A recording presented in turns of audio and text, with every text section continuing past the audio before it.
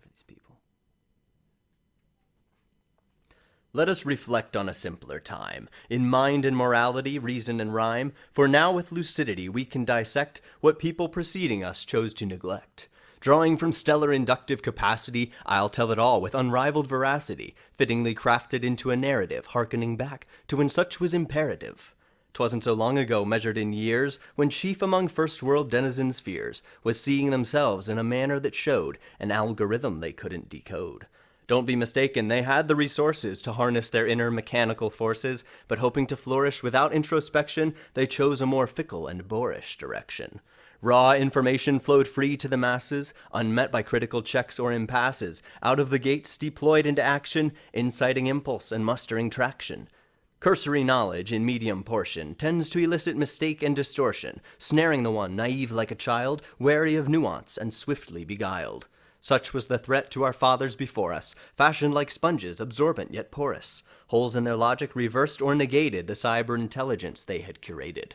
Endlessly versed in the virtue of confidence, many fell victim to perfect incompetence, letting themselves be bribed and deceived by ideas they subscribed to and said they believed. Voices of influence never grew weary of riffing on issues while sidestepping theory. Spectators craving a dose of extremity took their infectious opinions as a remedy. Weak ideologies grew epidemic, essentially stemming from the epistemic disinclination to sort through the steps by which one arrived at guiding precepts.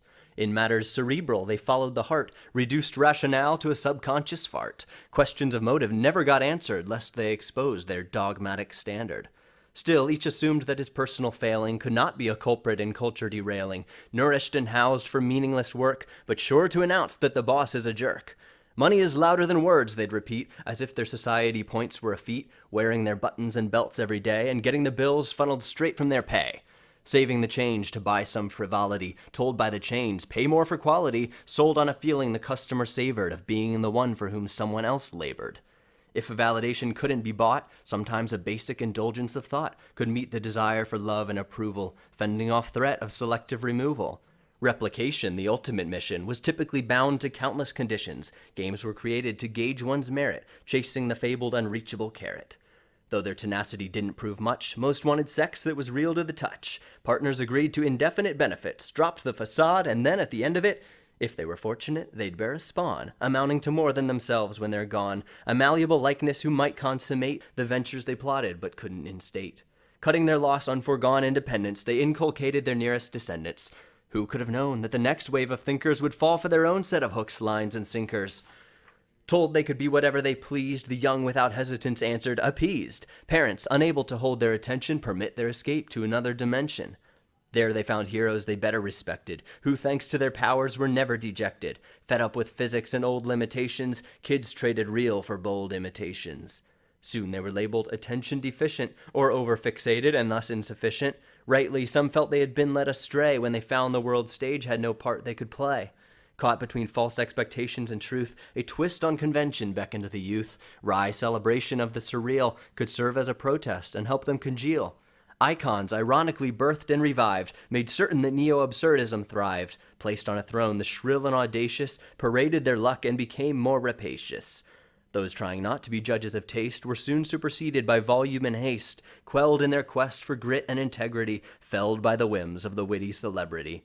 Spotting a niche in this value recession, a sardonic subculture made an impression. Archetypes that praised the unsung ordinary, farcically clung to as torches to carry.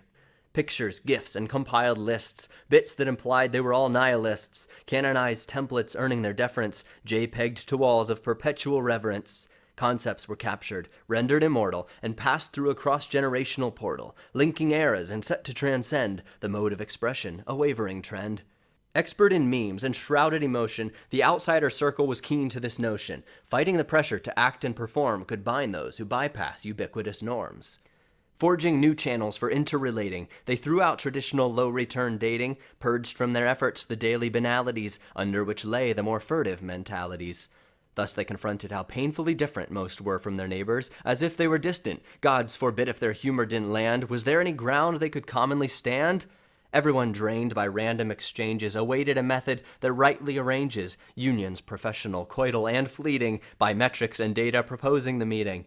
Early attempts were fairly effective, energy-saving and error-corrective.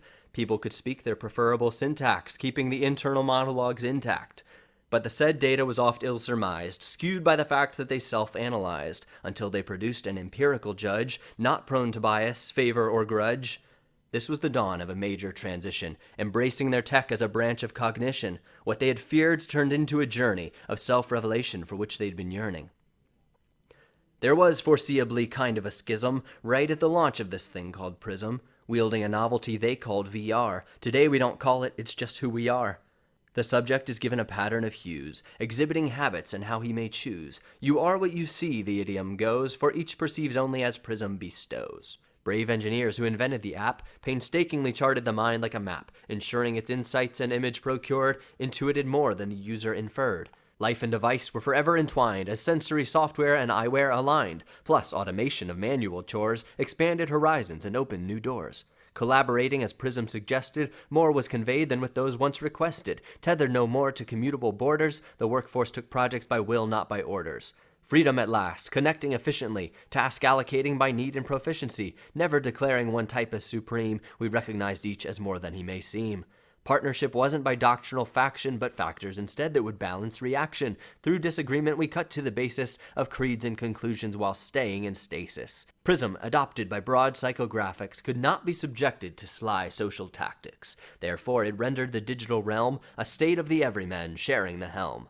Of course, with real and augmented combined, the stubborn and cynical struggled behind, nevertheless indirectly receiving the victory these pioneers were achieving. It wasn't a contest. There were no awards, but the prize of fulfillment that all could look towards. Treasured as currency in this domain was a well-defined role and the means to explain. Taught to decipher the spectrum of traits, we came to interpret how each integrates, and even while skeptics avoided such vision, the right was respected to make one's decision.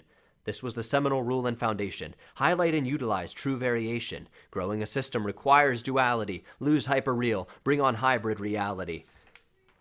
Hence the assemblage of diverse approaches, ever revised as our program coaches. Surely its worth is self-evidential, just as our own. That's the highest credential. From a young age we are tracked and attain, the facts correlating to acumen gained. And since we abandoned the uniform test, sincere exploration has duly progressed. Because as children we cannot be sure perspectives we posit are really so pure. Our training in prism-based science envelops how individual guidelines develop. Practicing scrupulous, clear exposition, we foster increasingly conscious volition. Axiomatic results may conflict, but the framework is founded, not merely picked.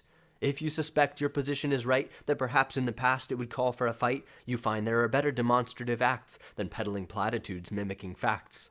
Misstep is generally soon disavowed, unless perpetrated by someone too proud. Unabashed ignorance reaches its ends, without ever breaching a network of friends. Turns out the dominant fear all along was the unnerving prospect of getting it wrong. But with a premise of co-understanding, the pressure of ego is not so commanding. Now we can see, as we grow more transparent, the mutual nature of learned and inherent. Shaped by retention, moved by resolve, you are what you are, but regardless evolve. The course never ends, though I pause on this note. We study the story our forerunners wrote, and know that in their shoes, well, that wouldn't be us. So is it the self or a view that we trust?